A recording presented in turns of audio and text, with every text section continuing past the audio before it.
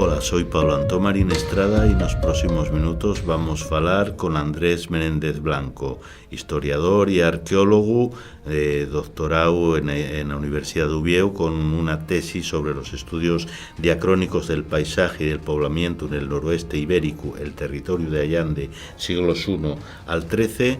Vamos a falar con él de un de los campos de investigación, los campamentos romanos en la zona occidental de Asturias, vencellados a la industria aurífera que valió para que los romanos asentaren en esa parte del territorio y que le expliquen muchas cosas de ese periodo.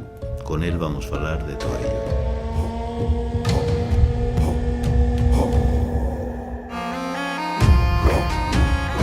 Hola Andrés, bien llegado a Nayuri. Buenos días, Pablo. Bueno, Andrés, tú tienes investigado en diferentes frentes de la historia de Asturias como arqueólogo. Comentábesnos que últimamente te habéis centrado bastante en arqueología agraria, pero tienes fecho abondo traballo sobre un tema aquí el que nos interesaba falar contigo a través del grupo Roman Army, que formado por investigadores de Portugal y de España, que traballáis sobre el terreno identificando posibles campamentos romanos. Queríamos empezar un poco por ahí porque parece que en Asturias, en la investigación que se tiene fecho sobre ese periodo, el foco y la mayoría de las excavaciones están focalizadas en el centro de Asturias, especialmente en Sisión, en el campamento de la Carisa, últimamente en el de Lucus Asturum. Hay fallos importantes como fueron los mosaicos de las regueras o los encontrados en Sisión, pero parece que el occidente, que siempre está escaecido aquí en todos los órdenes en Asturias, una vez más parece que se nos escaece un poco, que allí estaba uno de los polos de atracción de la presencia romana en lo que hoy llamamos Asturias, o al menos así se cree. ¿Y es cierto, Andrés? Sí, efectivamente, como comentaba hai pouco una compañera,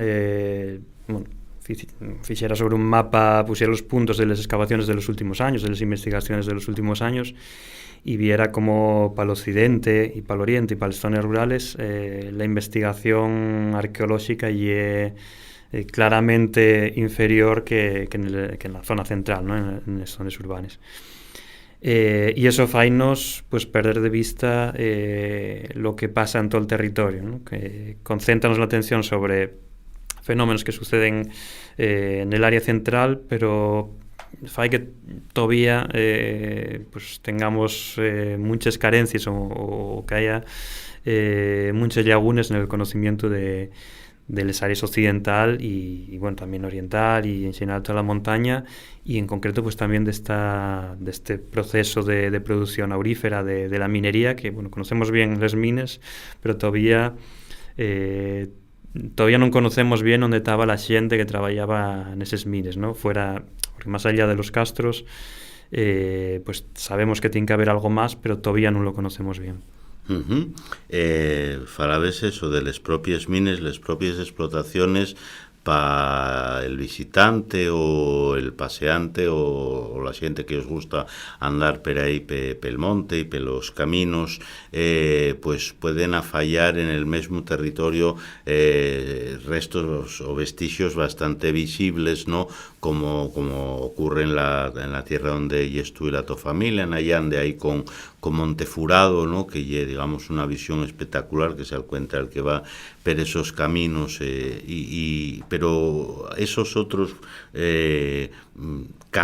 los posibles campamentos no son no solo tan perceptibles para el común, sino incluso, me imagino, para los propios investigadores no resulta siempre fácil identificarlos. ¿Cómo trabajáis vosotros o cómo localizáis un posible campamento militar romano?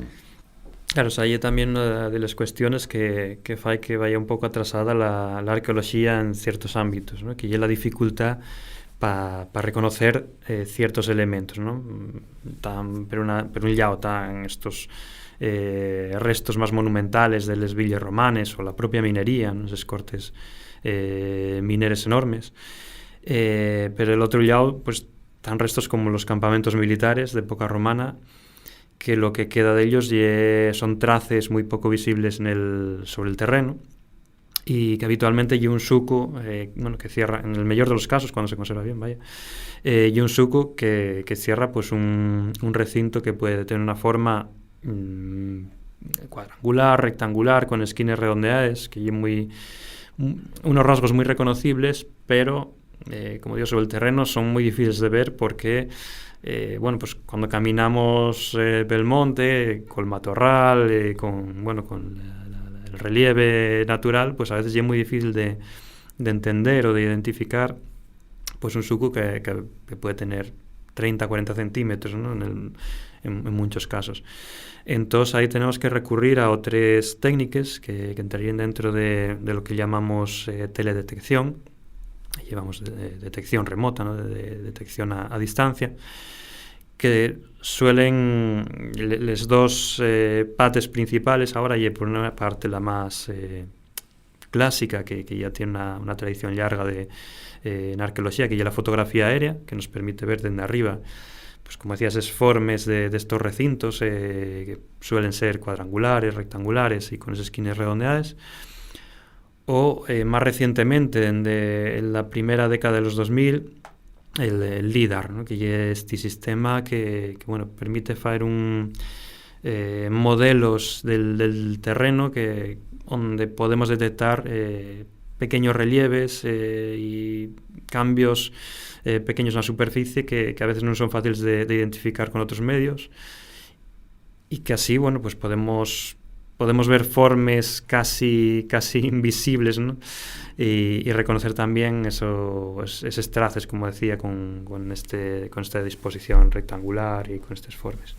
¿Tenéis cuántos posibles campamentos tenéis localizados y cuántos estimáis que podría haber en toda esa fastera?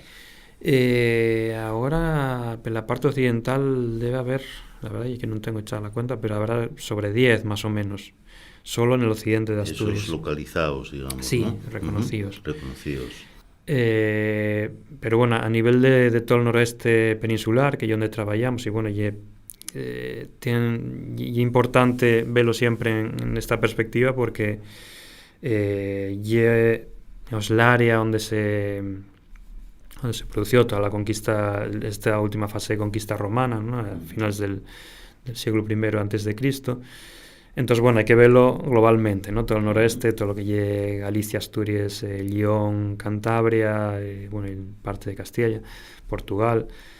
Entonces, yo creo que a estas alturas, entre los distintos grupos que están trabajando, habrá unos 200 tranquilamente localizados, y la mayoría en los últimos 10, 20 años. Que hubo una explosión, ¿no? de descubrimientos y de investigaciones que está cambiándonos la perspectiva que tenemos de la conquista romana y de la posterior extensión del Estado romano.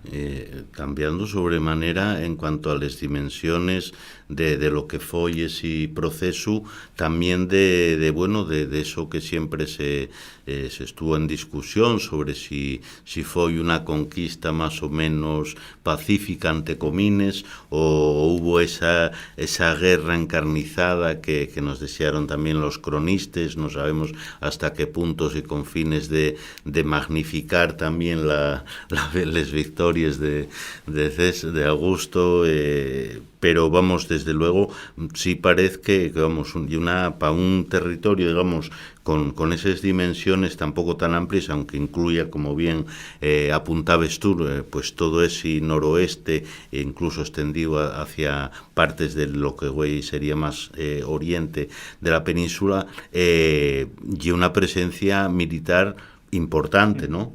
Sí, muy importante. Y además, como decía, todos estos descubrimientos están permitiéndonos también ver la diversidad territorial, como es diferente en cada zona. Por poner un ejemplo, en el área cántabra y norte de Castilla estamos viendo que esos hay unos poblados grandes, ¿no? Ópida, antes de la llegada de Roma, y vemos que hubo una resistencia armada, vemos que hay casos de asedios a estos poblados, de conflicto, ¿no? de toma o de asalto de estos poblados. Mientras que para la parte más occidental todavía no es tan claro, ¿no? Y es posible que algunos de la parte de la meseta sí haya estos asedios, pero en la parte asturiana, por ejemplo, no. También es verdad que los poblados son muy diferentes, son más pequeños, entonces fainos pensar que las formas de conquista fueron diferentes en cada sitio. Nunca pacífica, porque hay una conquista y porque hay miles de soldados movilizados, eso no puede ser pacífico. Pero sí es diferente la manera de desenvolvimiento de este conflicto. Uh-huh. Y en la zona que nos ocupa, parece que esa gran Francia, esa gran mancha aurífera que recorre prácticamente todo el noroeste de la península, desde Portugal hasta la costa occidental de Asturias por asitianos, aunque puede ser más amplia, parece que lleva uno de eso, ¿no? Por lo menos hay bastantes hipótesis que refuercen que fue una de las principales causas que llevó a tener, aparte de conquistar ese último requexo y redento, para que tuviese, digamos, ahí esa presencia tan importante, ¿no? del ejército romano, tuviese esa importancia para el propio imperio y para el propio Augusto, ¿no? Sí, siempre, subrayase siempre, ¿no? Esa presencia de oro, los cálculos dicen que es la mayor área minera y más productiva de todo el imperio. Como decía, siempre se subraya que es una de las motivaciones principales de la conquista, ¿no? Pero una parte está el acabar de conquistar ese cachín que quedaba de la península ibérica, pero sobre todo está esa riqueza metal que y es muy interesante para un imperio que está consolidándose, ¿no? El nuevo imperio, ¿no? Y el momento en que se pasa de la república al imperio, que Augusto está consolidando su poder, entonces esa aportación económica es muy importante. Y además hay ya investigaciones que señalen que esa explotación minera empieza exactamente después, ¿no? En el momento que se conquista. Quiero decir, no hay un periodo por el medio de espera, ¿no? de pausa, ¿no? Y conquistar y poner en explotación ya la minería. Uh-huh. Y digamos esos campamentos que están ahí también, sobre todo los que están asitiados al rodio de esas grandes explotaciones, la gente a lo mejor influida por la cultura popular, pues puede tener en la cabeza esos campamentos de los cómics de Asterix, ¿no? Yo no sé si hay indicios como para vosotros poder, no sé si reconstruir, pero por lo menos sí especular con cómo serían esos campamentos tan abundantes, si se tendría más bien un carácter provisional y digamos de eso, ¿no? En función de la situación de cada momento, o si correspondían a esa idea que muchos tenemos también en la cabeza del campamento romano, que ya era casi una pequeña ciudad en sí, ¿no? Bueno, non tan mal los de Asterix, non tan mal para hacer un pouco la primera, para que la xente se faiga unha idea de lo que lle, ¿no? Porque, Uh-huh. dibuixen esa forma rectangular, ese fosos que van a tierra, la estructura de madera, les tiendes. Uh-huh. Realmente, lo que encontramos, y si todos tenemos ahora na cabeza esos campamentos de Asterix, hai que pensar que en 2000 años todas esas estructuras de madera, que efectivamente es lo que le utilizaban, y les tiendes, obviamente non deixen restos, ¿no? Salvo en contextos muy concretos que pueda conservar bien la madera o otros elementos, ¿no? Perecederos. Entonces lo que nos quedaría es ese foso de tierra, ¿no? Que además con el tiempo pues va colmatando, va tapando. Entonces nosotros lo que encontramos y eso, pero sí hay que imaginar que encima del foso habría pues una estructura de madera que podría ser una empalizada más densa o también pues estructuras menos compactas, ¿no? A veces simplemente una barrera de madera menos densa, voy a decir. Y en el interior pues también tiendas de campaña que el ejército pues desmontaría en cada movimiento, ¿no? Asiéntase el tiempo que haga falta y en el momento que tienen que marchar, pues desmonta esas tiendas, agarra todo lo que ya encima, todos los materiales y a veces incluso esta estructura de madera que hacían y con piezas que lleven ellos. Pueden utilizar madera local, pero también a veces piezas que lleven ellos. Entonces, bueno, eso digamos que todavía favorece más que los restos que encontramos sean poquísimos. Pero bueno, sí, hay que imaginarlo así, madera, tiendes y un foso de tierra, por lo menos para tener una primera idea. Sí. Y en cuanto a las propias explotaciones de las que son visibles o las que existieron en territorio güey asturiano, digamos, sería también asemejado a lo que vemos güey también, por ejemplo, en las médulas, en el Bierzo, esos sistemas de donde prácticamente afuracaban de destrozar, o sea, desmontaban un monte entero, ¿no?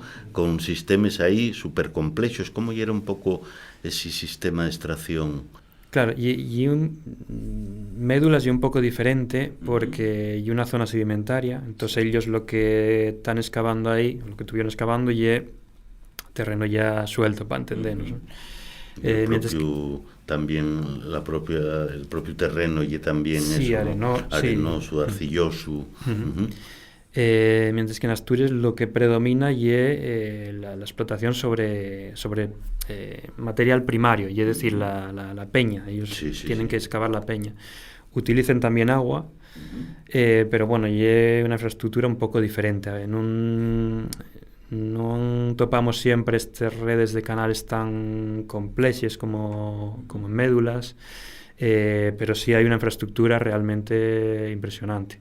Y aprovecho para recomendar a la gente que visite Allande porque posiblemente el mejor ejemplo tenemoslo allí, ¿no? Que es la zona entre el Puerto del Palo y el Estreitín o la Marta.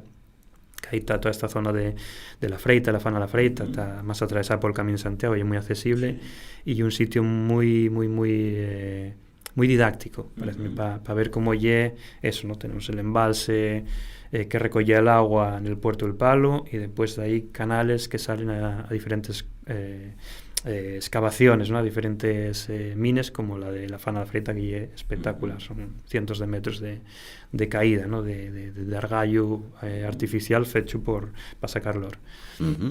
Y bueno, hay una parte importante que recuerdo en uno de los episodios en que falábamos con Margarita Fernández Mier y remembrábamos el famoso poema de Bertolt Brecht, de Preguntas de un obrero que trabaja, ¿no? Cuando se pregunta qué hicieron los obreros, los albañiles de la muralla china cuando acabaron de trabajar o dónde estaban eso, ¿no? Los bodegueros y los cantineros que acompañaban ahí pues a Constantino en esos batalles, qué fue de los que construyeron esos grandes palacios. Aquí evidentemente que sabemos bien poco de quiénes eran esa mano de obra ahí de cientos o miles de seres humanos que trabajaban en esas explotaciones, ¿no?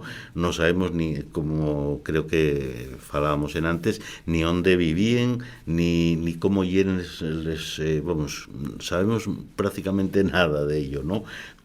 ¿Qué se puede, asóciase también eso, castros como hay esos castros de la zona occidental, castros con presencia romana como el Chao de San Martín y otros, a veces asóciase que la población podía ser también la que trabajase en esmines. ¿Qué se sabe sobre eso o qué se puede más o menos construir con lo que hay?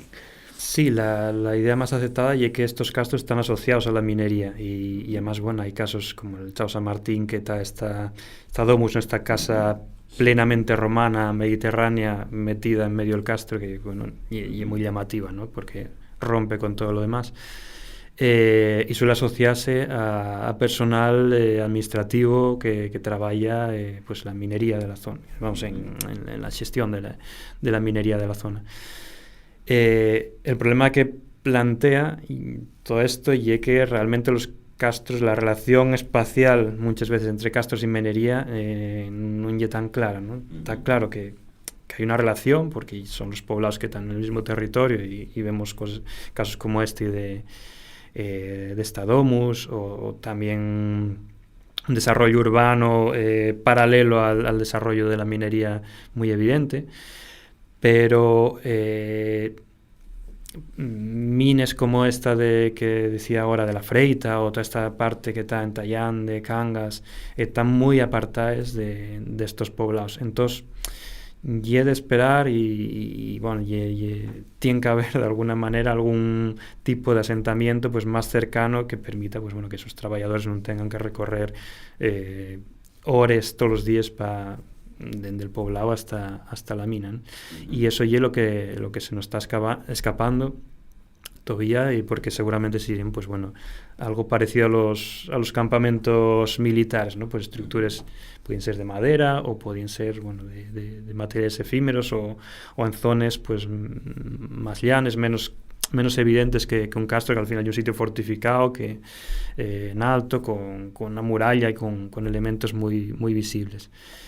Entonces de esto prácticamente no sabemos nada.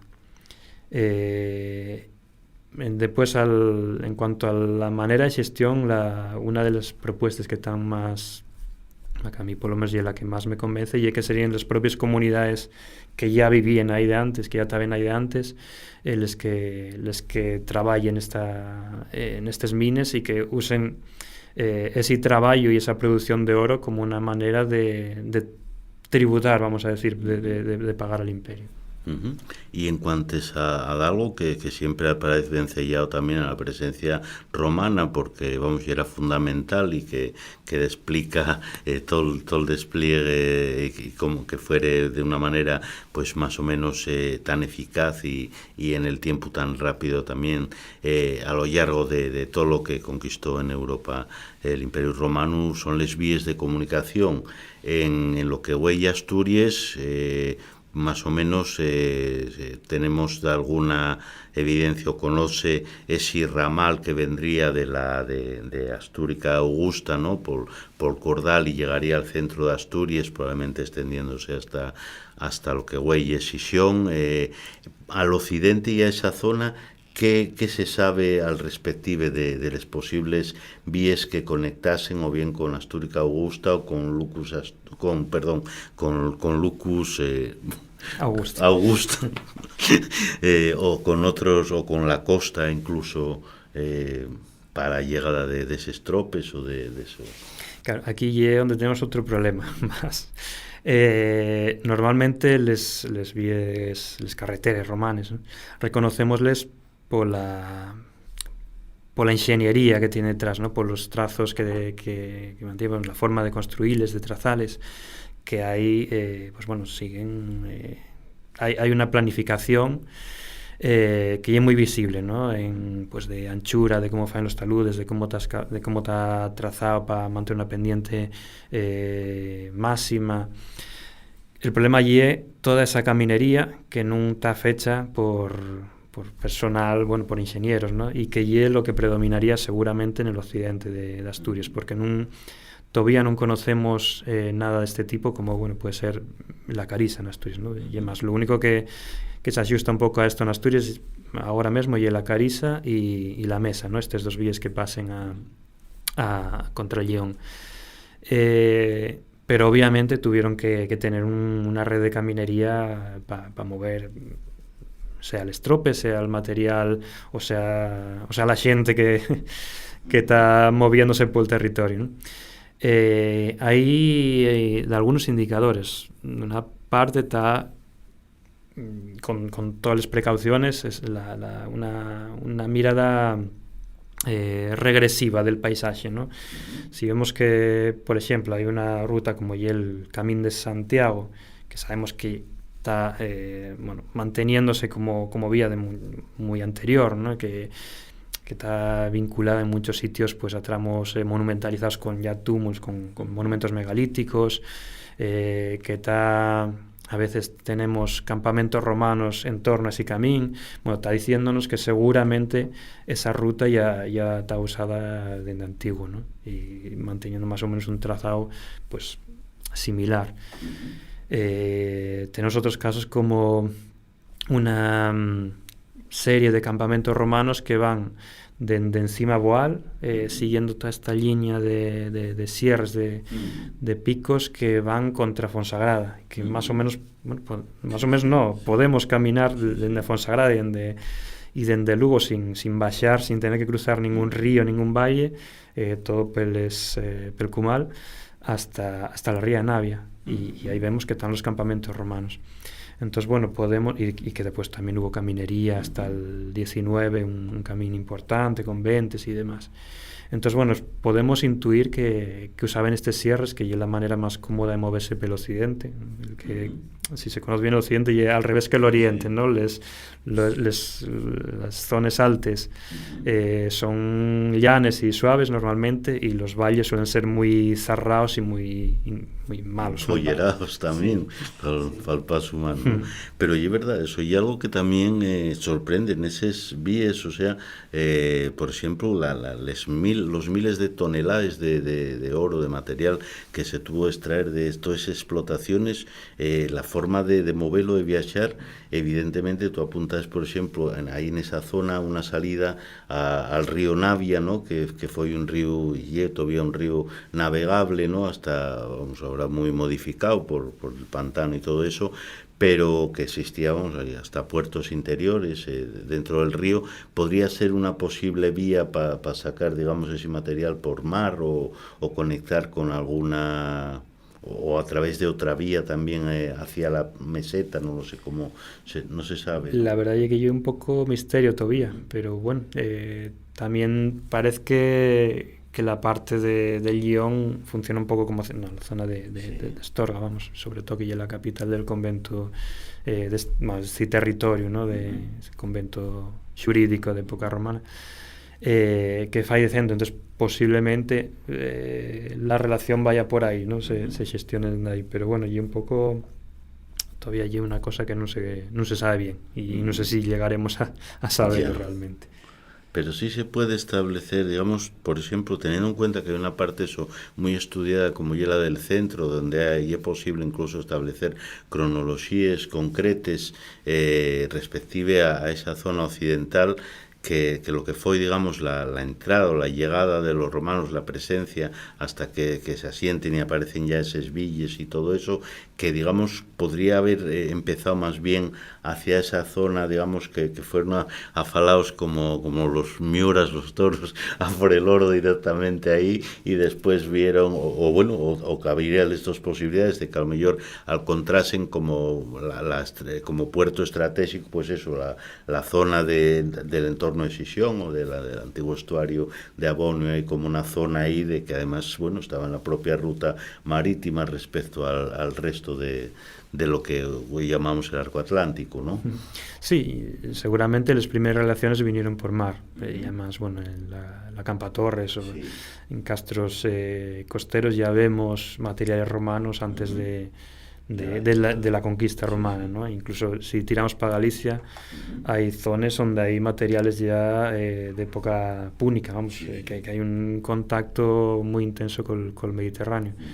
Entonces, seguramente la costa y el primer contacto con Roma. Sí, sí. Que aí hai, de fecho, vamos, va pouco en el Museo del Parque Arqueológico de la Campa Torres exponíanse una serie de materiales cerámicos afallados allí mesmo, ¿no? en el castro de la Campa Torres, con esas cronologías y muy anterior, ¿no? De manera que eso que se llamaba, vamos, se conoce también como la posible ruta al estaño, que seguía por todo, desde el Mediterráneo, bordeando la península, por todo el Atlántico, eso estaba conectado, ¿no? Y que por ahí llegarían. Pero también eso, tenemos esa visión como de que, bueno, que el mundo en aquella, como que ya era muy difícil las comunicaciones, pero evidentemente los romanos demostraron que podían llegar por múltiples vías que tenían capacidad, como bien decías tú, tecnológica, técnica, tenían ingenieros, tenían grandes conocedores también del propio terreno, a veces incluso los propios aliados, ¿no?, de las comunidades locales, y de hecho ahí está ese periodo también que por mucho que los cronistas lo magnificaran, pero la famosa guerra de aquí del noroeste tampoco fue tanto tiempo que duró en cuanto a lo que podía haber durado si se encontraran ahí pues con un pueblo como fueron los germanos o otros más belicosos, ¿no? O sea que ahí digamos que hay algo que a veces yo creo que se confunde o que se utiliza el término romanización. En Asturias, ¿hasta qué punto sería posible falar en esos términos? ¿O sería más adecuado falar de presencia romana o de adscripción a eso, a la administración romana, más que romanización, que parece que remite a urbanización sobre todo y a grandes obras? Claro, y el término maldito, ¿no? Romanización, sí, siempre hay mil interpretaciones, mil lecturas. Sí. Yo vitulo un poco pero más que nada, para evitar todo el debate que hay detrás, ¿no? Para mí, lo importante de esto es que Roma, el imperio, lo que busca es extraer recursos y beneficios de los espacios que conquistan. Y eso aquí fízolo perfectamente, consiguiólo perfectamente. Creo que el error que tenemos a veces es asociar igual la expansión del Estado y la integración en el Imperio Romano, asociarlo a una realidad material muy concreta, clásica, ¿no? Esta que tenemos en la cabeza de, bueno, la ciudad, les villes alrededor maravillosas, ¿no?, monumentales, les vías romanes, pero bueno, lo que tenemos que pensar más bien es que, no sé, por ejemplo, los castros del occidente de Asturias, que siempre se consideró, o muchas veces viose como un motivo de perduración de lo anterior. Sí es verdad que siguen asentados en el mismo sitio, pero en el momento que llega Roma, que conquista ese territorio, los castros transfórmanse totalmente. Hay una transformación espectacular tanto en la materialidad, a veces de arrasarlos y reconstruirlos, ¿no?, con estructuras nuevas, como en la sociedad que vive detrás, ¿no?, que va a ir cambiando y adaptándose a un mundo que es completamente distinto. Entonces, bueno, podemos hablar claramente de una integración en Roma. Después, si queremos llamarlo romanización o no, ya, bueno, eso da para un debate largo que, bueno, a veces perdémonos un poco en la terminología y olvidamos el motivo de fondo, ¿no?, la razón de fondo que es lo que pasó, ¿no?, que es lo que explica los cambios. ¿Y crees a la vez, tú mismo aludiste hace un momento, que hay un tema que siempre se presta mucho debate y muy apasionado, y a veces con argumentos que trascienden la propia historia o la propia ciencia histórica, ¿no?, para convertirse incluso para hacer presentismo a veces, ¿no?, igual que falábamos antes medio en broma de Asteris, pero ¿crees que en Asturias, o sea, así como es difícil incluso eso, establecer, digamos, o reconstruir de algo donde hay huelgas eso evidentes y donde hay digamos constancia de que existió, y es también difícil, me imagino, como falábamos antes, de esa población que autóctona, que a veces hay una cierta tendencia o una idea de que hay una tendencia por parte de los investigadores o de la investigación en general,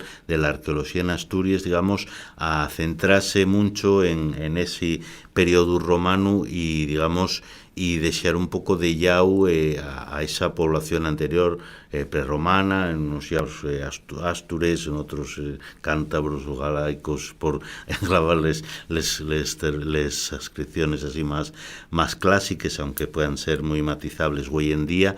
Pero ¿crees que falta también, o digamos, consecuencia de los pocos vestigios o de los pocos pozos donde poder afondar un poco sobre esa población que evidentemente existía, que non era invisible e tampouco era la población conxelada del neolítico que quedó aí como hibernada e de repente pasaron a ser romanos, ¿no? ¿Qué opinas tú de eso? Bueno, yo creo que ahí el problema es un poco de la propia, del propio proceso de investigación. Cuando excavamos un castro, el nivel más superior, o sea, más alto materialmente, ¿no? Y el último, y en la última fase, pues suele ser la época romana, ¿no? Y esa época romana, como decía ahora, pues modifica mucho lo anterior. Entonces, a veces tenemos un problema de poca visibilidad o de arrasamiento de las fases anteriores.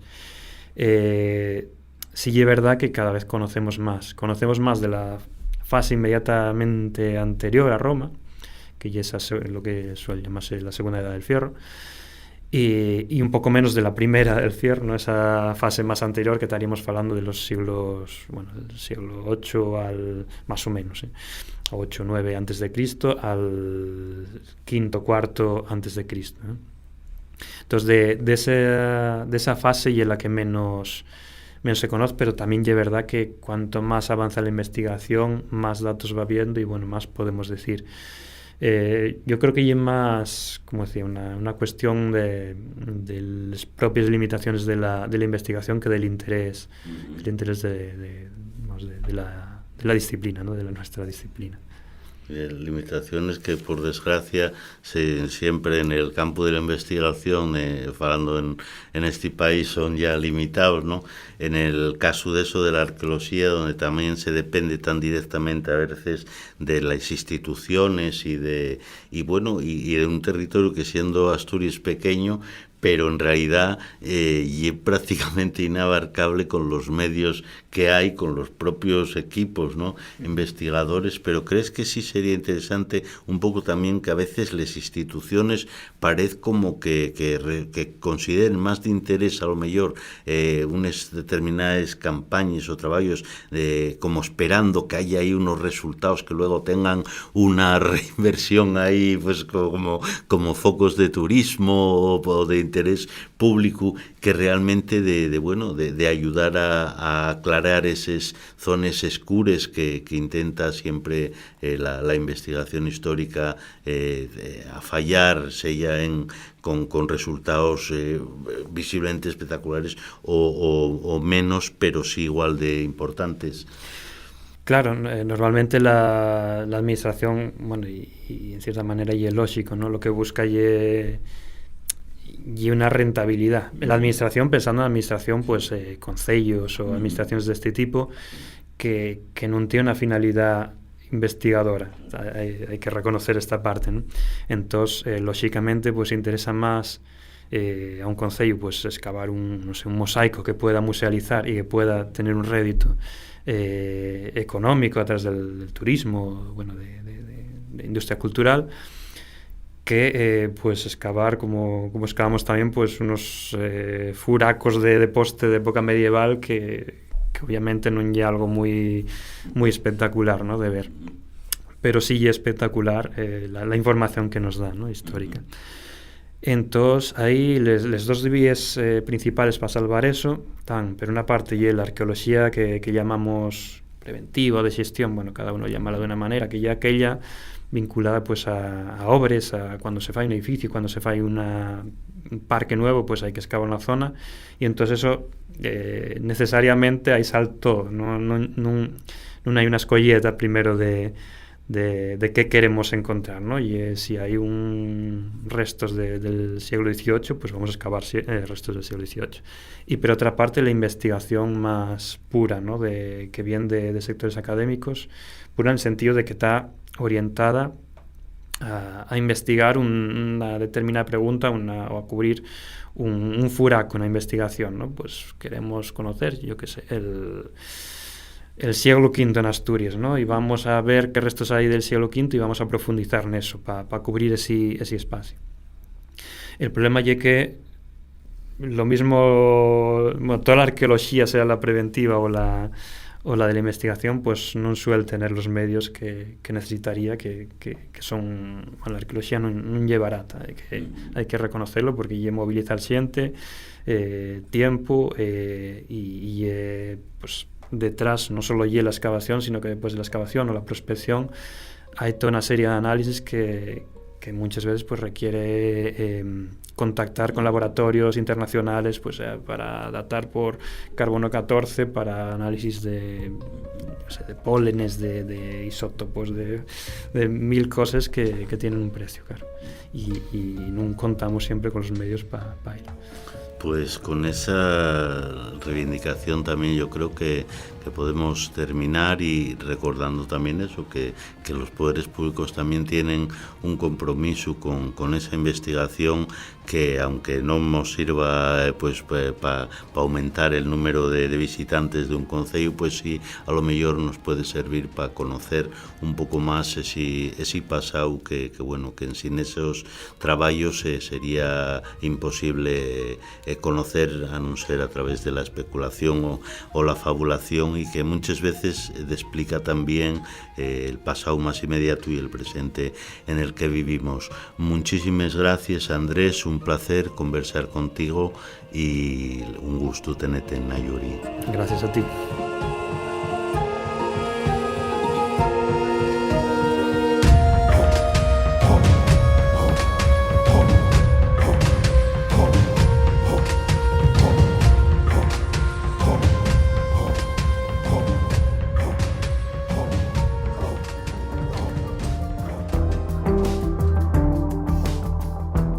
Nayuri, un espacio a Fallaizu para falar posao.